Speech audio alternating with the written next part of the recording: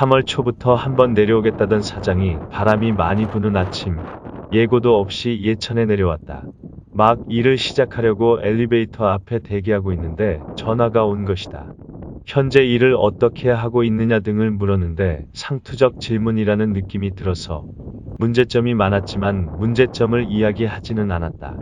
그동안 사장 조카의 잘못된 관리 행태에 대해서 최 이사가 여러 차례 이야기했고 사장이 오면 조카를 데리고 올라갈 것이라는 이야기를 이미 들었기 때문이다.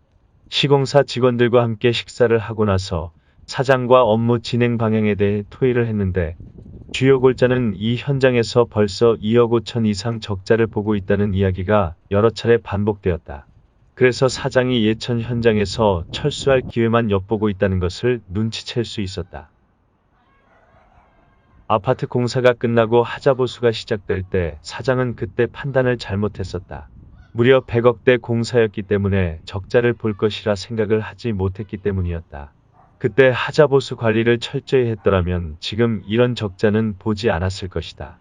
지금 사장 조카가 하듯이 일을 하면 사장은 계속 적자가 누적될 것이기 때문이다.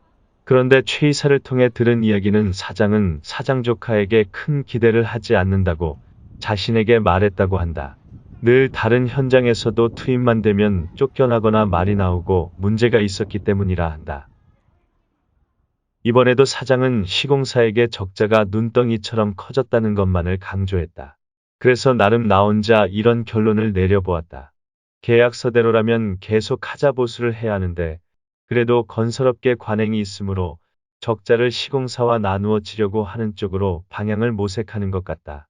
그래서 이왕에 지출해야만 할 돈이라면 일을 잘할 줄 모르는 사장 조카를 데려다 관리 교육도 시키면서 회사가 계속 데리고 갈 인원들에게만 돈을 지출하겠다는 계산을 하고 있구나 하는 결론을 내렸다. 그러면 이제 사장이 기부업하는 순간이 예천 동일에서 철수를 하게 되는 타임이다. 그 타임은 예상컨대 4월 말이면 철수를 할 것 같다. 길어봐야 5월 중순일 것이다.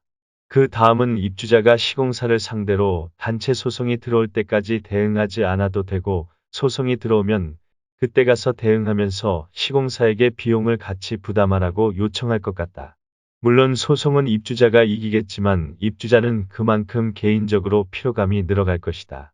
사장이 가고 나서 사장 조카가 하자를 판단해서 작업 지시를 하던 하자 판단 권한이 우리에게 넘어왔다. 그리고 벽체 크랙 세대는 작업을 하지 않기로 하였다. 그렇게 되면서 하자를 처리하는 세대가 많아졌지만 대신 몸은 이전보다 편해졌다. 이제 막 봄이 왔는데 벌써 예천을 떠나야 할 것 같은 느낌이 들어 서운함이 든다. 여기에서 좀 오랫동안 일을 할 수 있다면 군악대 시절 소조밴드에서 키보드를 치던 수준까지는 아니더라도 피아노 실력이 많이 늘 텐데 벌써 아쉬움이 남는다.